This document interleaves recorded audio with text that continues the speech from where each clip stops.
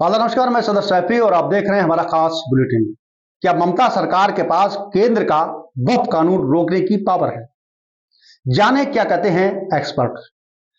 पश्चिमी बंगाल की मुख्यमंत्री ममता बनर्जी ने कहा कि उनके राज्य में वक्फ संशोधन कानून को नहीं लागू किया जाएगा। इसी बीच उन्होंने कहा कि अल्पसंख्यकों और उनकी संपत्ति की सुरक्षा भी करेंगे। पश्चिम बंगाल के मुस्लिम बहुल मुर्शिदाबाद जिले में वक्फ संशोधन कानून के खिलाफ जारी हिंसा के बीच में ममता बनर्जी ने ये एक बड़ा बयान भी दिया है। ऐसे में सवाल ये उठता है कि क्या पश्चिमी बंगाल या किसी भी अन्य राज्य की सरकार के पास यह अख्तियार होता है कि वह केंद्र की ओर से बनाए गए किसी कानून को अपने यहां लागू न करे? आइए जानते हैं कि इसके बारे में एक्सपर्ट क्या कहते हैं।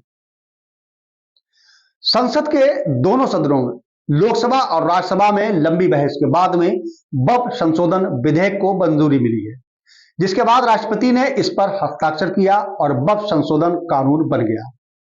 अब केंद्र सरकार इसे लागू भी कर चुकी है। केंद्र की ओर से इस कानून को लागू करने के लिए जारी अधिसूचना में कहा गया है कि वक्फ कानून 8 अप्रैल से देश भर में प्रभावी रूप से लागू कर दिया गया है।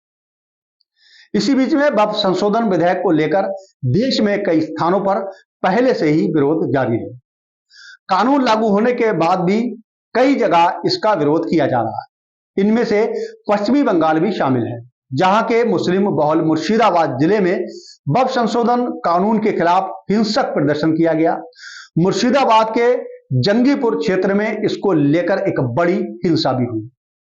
इसी बीच में पश्चिम बंगाल की मुख्यमंत्री ममता बनर्जी ने बुधवार को कोलकाता में एक बड़ी घोषणा की।